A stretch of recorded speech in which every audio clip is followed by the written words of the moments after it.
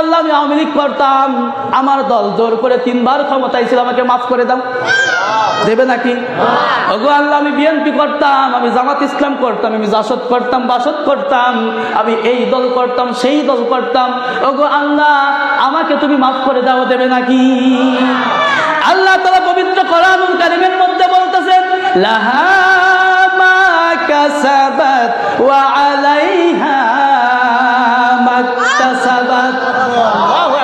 আল্লাহ তাআলা বলতেছেন ওই দিনকে কোনো পক্ষপাতিত্ব করা হবে না, যে যে কর্মফল করে দুনিয়ার মুখ থেকে বিদায় নিয়ে কবরে যাবে এবং আল্লাহর সামনে দাঁড়াবে, ওর ওই অনুযায়ী আল্লাহ তাআলা বিচার করবে। কে বলতেছে? শুধু তাই নয়, আল্লাহ তাআলা আবার বলতেছেন ওয়াজিআ ইয়াউমাইযিন বিজাহান্নামা ইয়াউমাইযিন ইয়াতাযাক্কারুল ইনসানু ওয়া আন্না লাহুয যিকরা।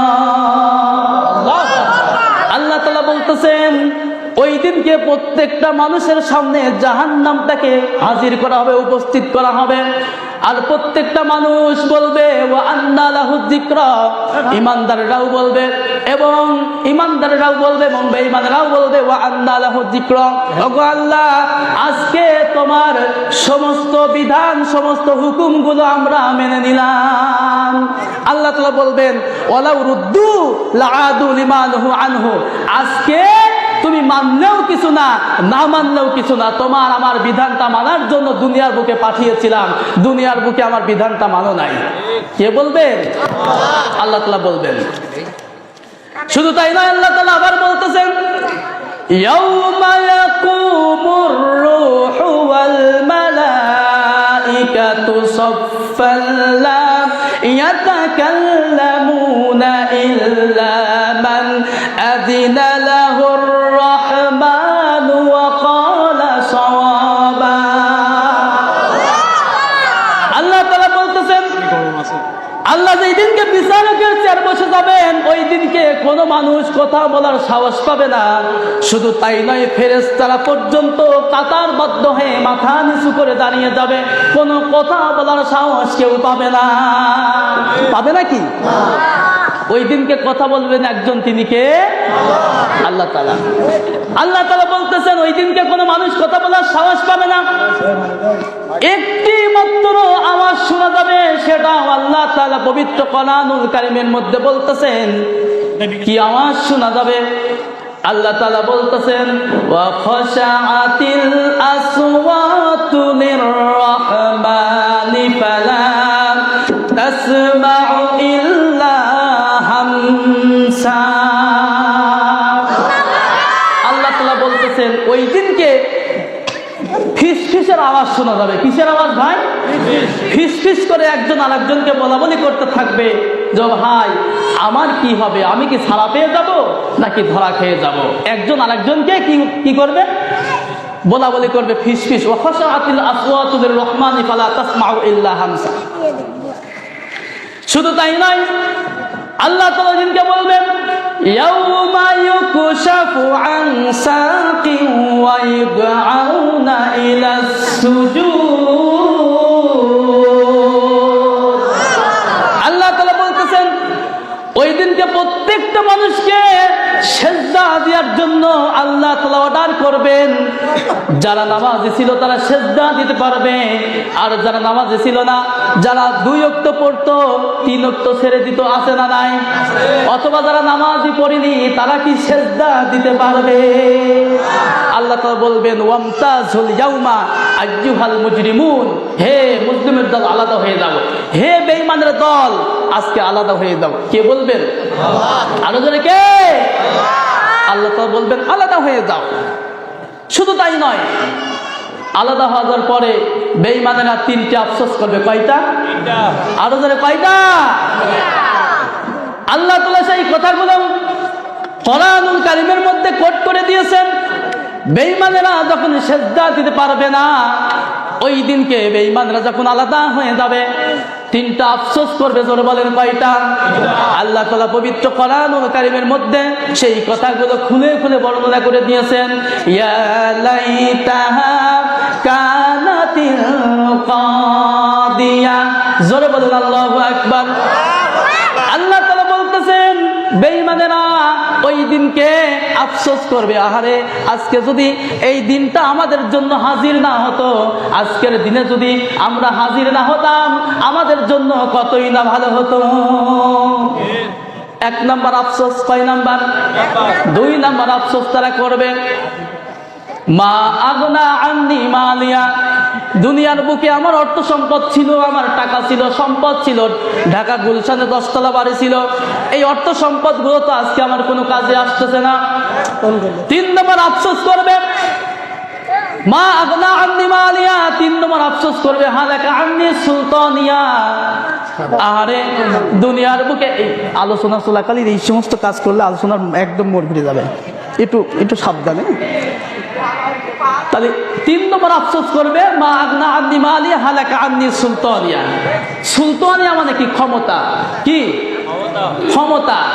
বেঈমানেরা বলবে যে দুনিয়ার বুকে আমার ক্ষমতা ছিল, নেতৃত্ব ছিল, পাওয়ার ছিল, জনবল ছিল, আমি যখন রাস্তাঘাটে হেঁটে গিয়েছিলাম আমার পিছনে হাজার হাজার মানুষ স্লোগান দিয়ে আমার ভাই অমুক নেতা তমুক নেতা স্লোগান দিয়েছিল, আমার ভয়ে মানুষেরা থরথর করে কেঁপেছিল, আজকে সেই ক্ষমতা কোথায়?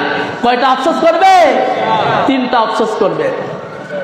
শুধু তাই নয়, আল্লাহ তাআলা বেঈমানদের হাতে যখন আমলনামা তুলে দিবে, কোন হাতে আসবে?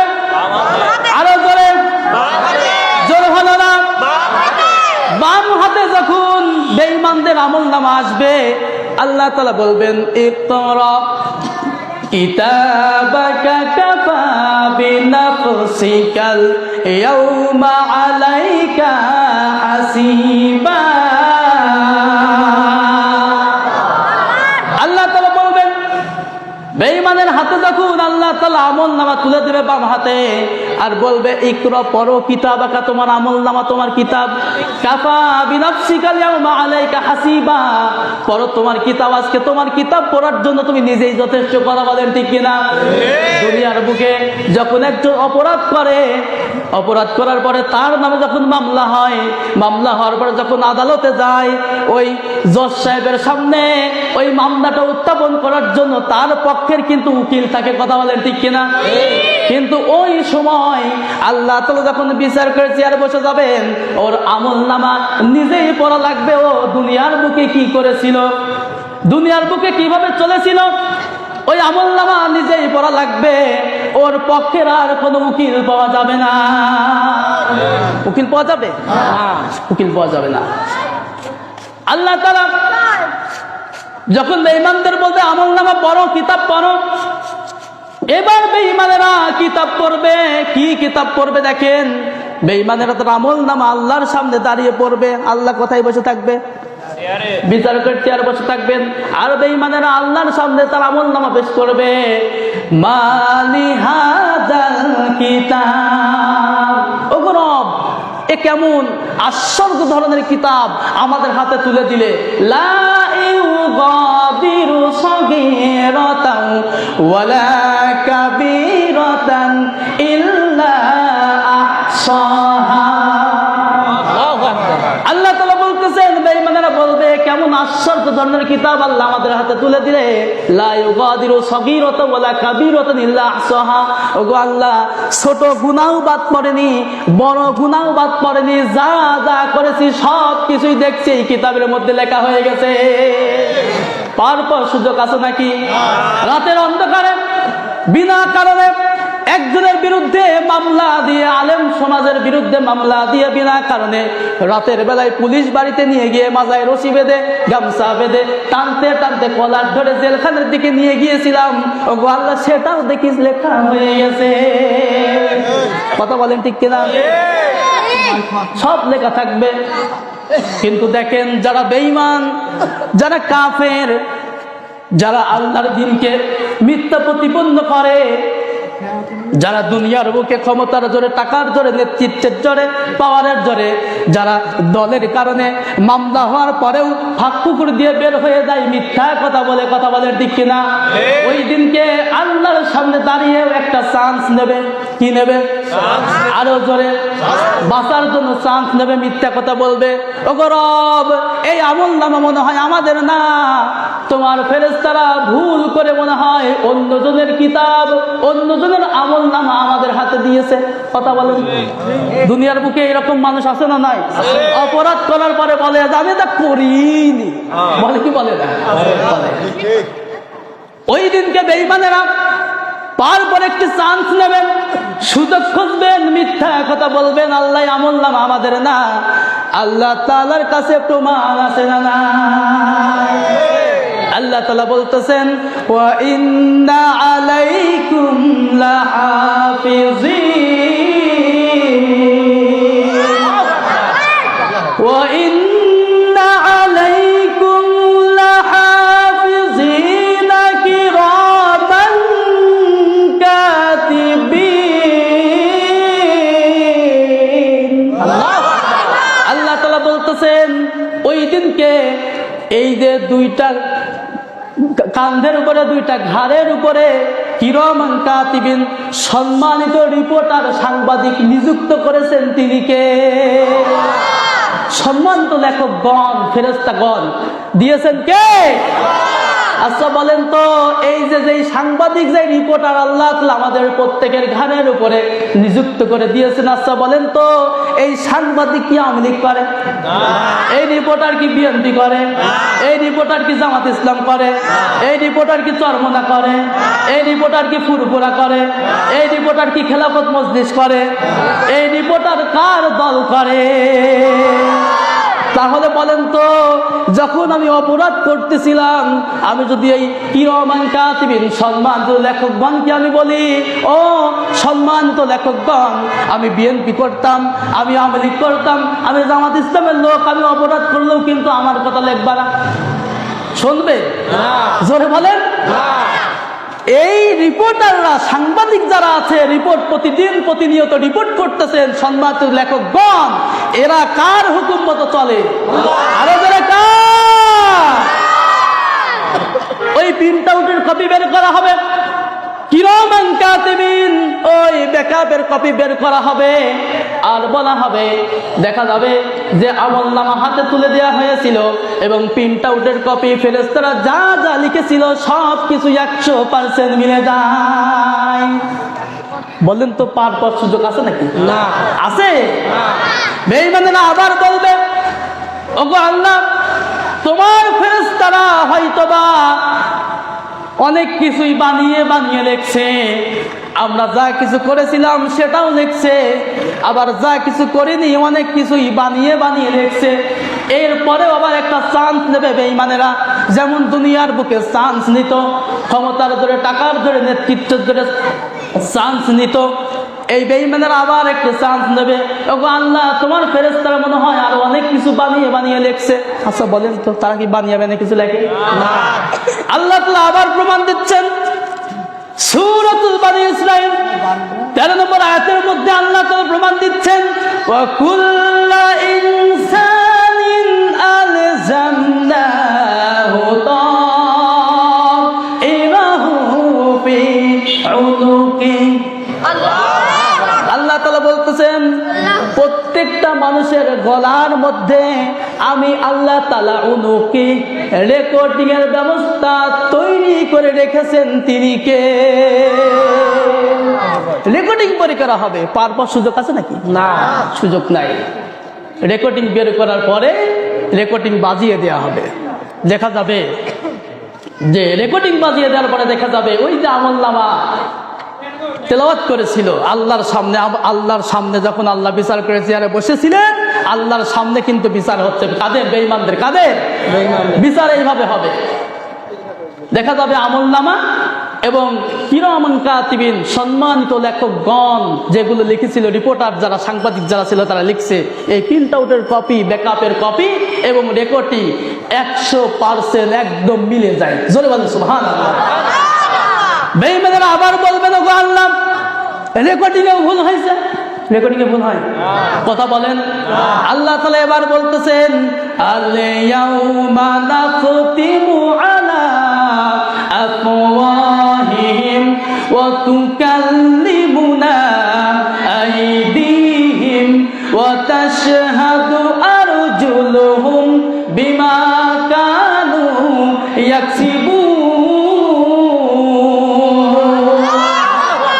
আল্লাহ তাআলা ওই দিনকে বলবেন যে অনেক ফটর ফটর করেছ, তোমার মুখ আমি আজকে আল্লাহ তাআলা বন্ধ করে দিলাম, তালা লাগিয়ে দিলাম। বেঈমানরা ওই দিনকে মুখ, তাদের মুখে তালা লাগিয়ে দেবেন তিনি কে? ওই দিনকে এই বেঈমানদের দুইটা হাত কথা বলবে, তার বিরুদ্ধে আল্লাহর কাছে সাক্ষী দেবে, পাপ সাক্ষী দেবে, অঙ্গ প্রত্যঙ্গ তার বিরুদ্ধে সাক্ষী দেবেন কার কাছে? এমনকি গায়ের চামড়া পর্যন্ত আল্লাহর কাছে তাই বান্দার বিরুদ্ধে সাক্ষী দেবে। ওই বান্দা গায়ের চামড়া স্কিনের দিকে তাকিয়ে তাকিয়ে বলবে, ও গায়ের চামড়া, ও গায়ের স্কিন, তোকে সুন্দর রাখার জন্য হংকং থেকে, কানাডা থেকে, আমেরিকা থেকে, মিশর থেকে, সৌদি আরব থেকে, ভারত থেকে কত ভালো ভালো ব্র্যান্ডের লোশন নিয়ে এসে তোর শরীরে মেখেছিলাম, আজকে কেন তুই আমার বিরুদ্ধে আল্লাহর কাছে সাক্ষী দিস? আচ্ছা বলেন তো, এই গায়ের স্কিন, গায়ের চামড়া হুকুম মানে কার? আরো জোরে কার? তারপর সুযোগ থাকবে।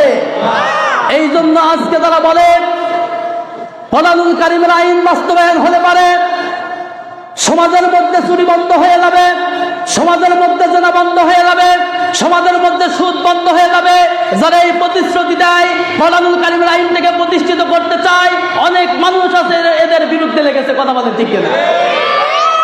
আজকে দেখেন ইসলামের পক্ষে তাকবীর দিয়েছিল যারা, তাদেরকে আজকে অত্যাচার, জুলুম, নির্যাতন অনেক মানুষদের উপরে করা হয়েছে, হয়নি? এই মাহফিল থেকে আমরা একটা তাকবীর দিতে চাই, রাজি আছেন? রাজি আছেন? যেই তাকবীর দিয়েছিল মুসা কালিমুল্লাহ, যেই তাকবীর দিয়েছিল ইব্রাহিম খলিলুল্লাহ, যেই তাকবীর দিয়েছিল আমার আপনার নবী হযরত মুহাম্মদ সাল্লাল্লাহু আলাইহি ওয়াসাল্লাম, যেই তাকবীর দিয়েছিল হযরত আবু বকর সিদ্দিক রাদিয়াল্লাহু তাআলা আনহু, যেই তাকবীর দিয়েছিল হযরত ওমর রাদিয়াল্লাহু তাআলা আনহু, যেই তাকবীর দিয়েছিল হযরত উসমান রাদিয়াল্লাহু তাআলা আনহু, যেই তাকবীর দিয়েছিল হযরত আলী রাদিয়াল্লাহু তাআলা আনহু, যেই তাকবীর দিয়েছিল খালিদ বিন ওয়ালিদ রাদিয়াল্লাহু তাআলা আনহু, সেই আল্লাহু আকবার, আল্লাহু আকবার তাকবীর দিতেছেন কারা কারা? দুহাত তুলে আল্লাহকে দেখান। লিল্লাহি তাকবীর, লিল্লাহি তাকবীর। আল কোরআনের আলো সংসদে ঝালো, আল কোরআনের আলো, আমার নেতা তোমার নেতা, লিল্লাহি তাকবীর।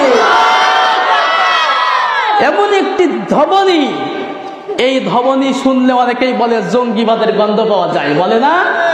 বলে। এমন একটি তাকবীর, যেই তাকবীর দিলে কাফেরদের অন্তর কম্পিত হয়ে যায়, আর ইমানদারদের ইমান আরো বেড়ে যায়। জোরে বলে সুবহানাল্লাহ। যে কথাগুলো বলতেছিলাম, তাহলে বেঈমানের সব প্রকাশ হয়ে যাবেন কার সামনে? আল্লাহর সামনে প্রকাশ হয়ে যাবে। আমরা মানুষেরা নামাজের মধ্যে প্রতিদিন বলতেছি সিরাতাল্লাযীনা আন'আমতা আলাইহিম, ওগো আল্লাহ আমাকে, আমাদের সকলকেই অনুগ্রহ প্রাপ্তদের পথ দেখাও, নিয়ামত প্রাপ্তদের পথ দেখাই, বলি না? বলি। কিন্তু নামাজ পড়ার পরে দেখা যায় মসজিদ থেকে বের হওয়ার সাথে সাথে তাগুতের সাথে জড়িত হয়ে যায়। কথা বলে ঠিক না? আল্লাহ রাব্বুল আলামিন পবিত্র কোরআনুল কারীমের মধ্যে বলতেছেন, ইয়া আইয়ুহাল্লাযীনা আমানু হাল আদুল্লুকুম আলা তিজারাতিন তুনজিকুম মিন আযাবিন আলীম। আল্লাহ তাআলা বলতেছেন, হে ঈমানদারগণ, আমি কি তোমাদের এমন একটা ব্যবসার কথা বলবো না, যেই ব্যবসা করলে তোমরা কঠিন জাহান্নামের আগুন থেকে বেঁচে যাবা? সেই ব্যবসাটা কি? আল্লাহ তাআলা বলতেছেন, তুমিনুনা বিল্লাহি ওয়া রাসূলিহি ওয়া তুজাহিদুনা ফি সাবিলিল্লাহি বিআমওয়ালিকুম ওয়া আনফুসিকুম, যালিকুম খায়রুল লাকুম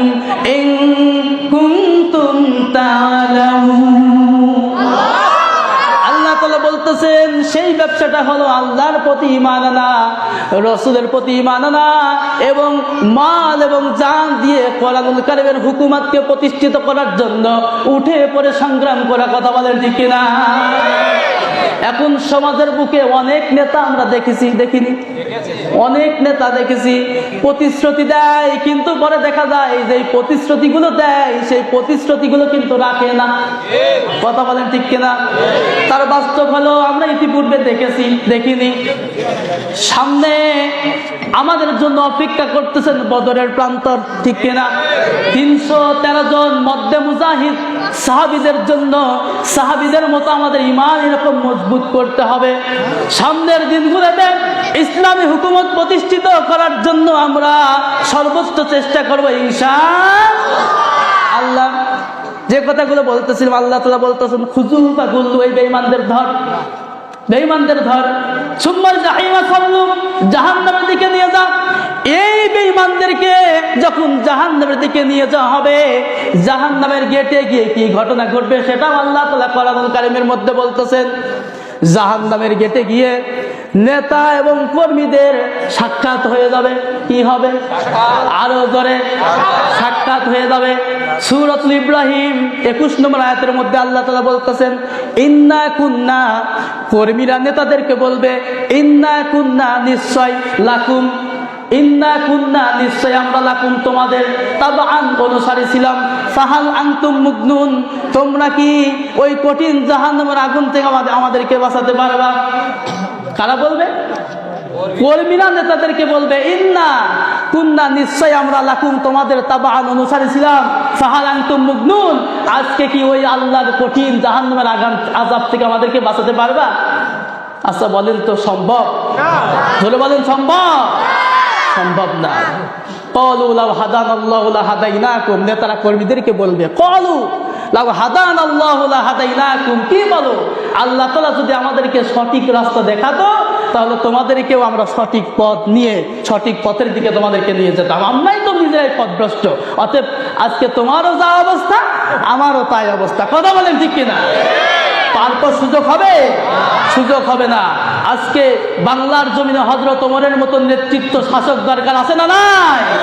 হযরত ওমর রাদিয়াল্লাহু তাআলা আনহুর জামানায় রাতের অন্ধকারে বের হয়েছে প্রজাদের খোঁজ খবর নেওয়ার জন্য। প্রজাদের খোঁজ খবর নিচ্ছেন, হঠাৎ করে দেখেন যে একটি তাঁবুর পাশে একটি পাতিলের মধ্যে, পাত্রের মধ্যে কি যেন একজন মহিলা রান্না করতেছে, পাশেই কিছু ছোট ছোট ছোট ছেলে মেয়ে কান্নাকাটি করতেছে। হযরত ওমর রাদিয়াল্লাহু তাআলা আনহু ওই মহিলাকে বলতেছেন যে তুমি পাতিলের মধ্যে কি রান্না করছো, আর এই পাশে এই ছোট ছোট ছেলে মেয়ে কান্নাকাটি করে কেন? তখন ওই মহিলা হযরত ওমর রাদিয়াল্লাহু তাআলা আনহুকে বলতেছেন যে আমার এই ছোট ছোট বাচ্চারা 2 দিন যাবত কিছু খায় না। কয়দিন? 2 দিন 3 দিন যাবত কিছু খায় না, খোদার যন্ত্রণায় খুব ছটপট ছটপট করতেছে। তখন হযরত ওমর রাদিয়াল্লাহু তাআলা আনহু বলতেছেন যে তাহলে তাড়াতাড়ি রান্না করে তোমার ছেলে মেয়েদেরকে দাও না কেন? মহিলা বলতেছেন আহারে, আমার কাছে সেই রকম কিছুই নাই। পাথরগুলো ওই পাত্রের মধ্যে দিয়ে পানি দিয়ে নাড়াচাড়া করতেছি, আমার ছেলে মেয়েরা মনে মনে চিন্তা করতেছেন আমার মা তো রান্না করতেছে, রান্না হলেই হয়তো খাবার দেবে। এরকম করতে করতে ক্লান্ত হয়ে যাবে, আর ক্লান্ত হওয়ার পর ঘুমিয়ে যাবে। হযরত ওমর রাদিয়াল্লাহু তাআলা চোখের পানি ছেড়ে দিলেন, বলতেছেন মহিলা তুমি কি হযরত ওমরের দরবারে যাওনি? তুমি কি হযরত ওমরের কাছে জানাওনি? তখন ওই মহিলা বলতেছেন যে এত ভিড়ের কারণে যেতেই পারিনি। সুবহানাল্লাহ। হযরত ওমর রাদিয়াল্লাহু তাআলা আনহু আর দেরি করলেন না, চোখের পানি ছেড়ে দিয়ে বাইতুল মালে চলে গেল। বাইতুল মালের ওখানে যাওয়ার পরে বস্তার মধ্যে আটা নিলেন, গম নিলেন, আটার বস্তা মাথায় নিয়ে দৌড় দিয়ে আবার ওই মহিলার কাছে গেলেন। যাওয়ার পরে মহিলাকে বলতেছিল মহিলা আটার বস্তা খোলো এবং রুটি বানানো তৈরি করো। রুটির খামির বানানো হয়ে গেল। হযরত ওমর রাদিয়াল্লাহু তাআলা আনহু পাশে বসা, রুটি গরম হয়ে গেল, ছোট ছোট ছেলেদেরকে খাওয়াচ্ছে। হযরত ওমর রাদিয়াল্লাহু তাআলা আনহু নিজেও খাওয়াচ্ছে, তাই ছোট ছোট ছেলে মেয়েদেরকে। ওই মহিলা হযরত ওমরকে বলতেছেন ও ওমর রে, হযরত ওমরের তো সে চেনে না, প্রতীক বলতেছে প্রতীক তুমি কে? এই রাষ্ট্রের মধ্যে যদি ওমরের মতন শাসক না হয়ে যদি তোমার মতো শাসক হতো, তোমার মতো লোক যদি শাসক হতো ভালো হতো। আল্লাহু আকবার। কিন্তু হযরত ওমর নিজেই কিন্তু মহিলার কাছে বসা। কথা বলেন ঠিক কিনা? হযরত ওমর রাদিয়াল্লাহু আনহু বললেন, ও মহিলা, আগামীকাল সকালবেলা হযরত ওমরের দরবারে যেও, দেখি তোমার জন্য কিছু করা যায় কিনা। সকালবেলা হযরত ওমরের দরবারে মহিলা গেল। যাওয়ার পরে দেখলো রাতের বেলা যেই প্রতীক, যেই যুবক আটার বস্তা মাথায় নিয়ে তার কাছে হাজির হয়েছিল, তার পাশে বসে তার ছোট ছোট ছেলেদেরকে রুটি বানিয়ে মুখে খাওয়াই দিয়েছিল, এটা সেই মহিলা বলতেছেন, আমি আপনাকে চিনতে পারিনি, আমাকে আপনি মাফ করে দেন, আপনিই তো হযরত ওমর। জোরে বলেন সুবহানাল্লাহ। হযরত ওমর রাদিয়াল্লাহু আনহু মহিলাকে বলতেছেন, ও মহিলা, উল্টা ভাবে আমাকে দোষারোপ করো না, উল্টা ভাবে নিজের প্রতি দোষ নিও না, এবং বরঞ্চ আমি তোমার কাছে বলি, ও মহিলা, হাসরের ময়দানে এই তোমার খোঁজ খবর না নেওয়ার কারণে আমার বিরুদ্ধে আল্লাহর কাছে মামলা দায়ের করো না, আসামি বানায়ও না। কে বলতেছেন? হযরত ওমর রাদিয়াল্লাহু আনহু মহিলাকে বলতেছেন, তোমার তো খোঁজ খবর নিতে পারিনি আগে, আমার তো দেরি হয়ে গেছে, এই জন্য এই কারণে কিয়ামতের দিন হাসরের ময়দানে আল্লাহর সামনে আমাকে আসামির কাঠগড়ায় দাঁড় করায়ও না। জোরে বলেন সুবহানাল্লাহ। জনগণের খোঁজ খবর নিত রাত দুপুরে, ঘুরে ঘুরে দেখতো কি কেউ আসে অনাহারে। ঠিক না? জনগণের খোঁজ খবর নিত রাত দুপুরে, ঘুরে ঘুরে দেখতো কি কেউ আসে অনাহারে। আমার দেশের মা বোনেরা লাঞ্ছিত হতো না, আমার দেশের কৃষক শ্রমিক বঞ্চিত হতো না। ঠিক না? গরিব দুঃখী ভুখা নাঙা নাহি পাওয়া যেত, যদি আমার শাসক হতো ওমরেরই মতো, যদি আমার নেতা হতো আবু বকরের মতো।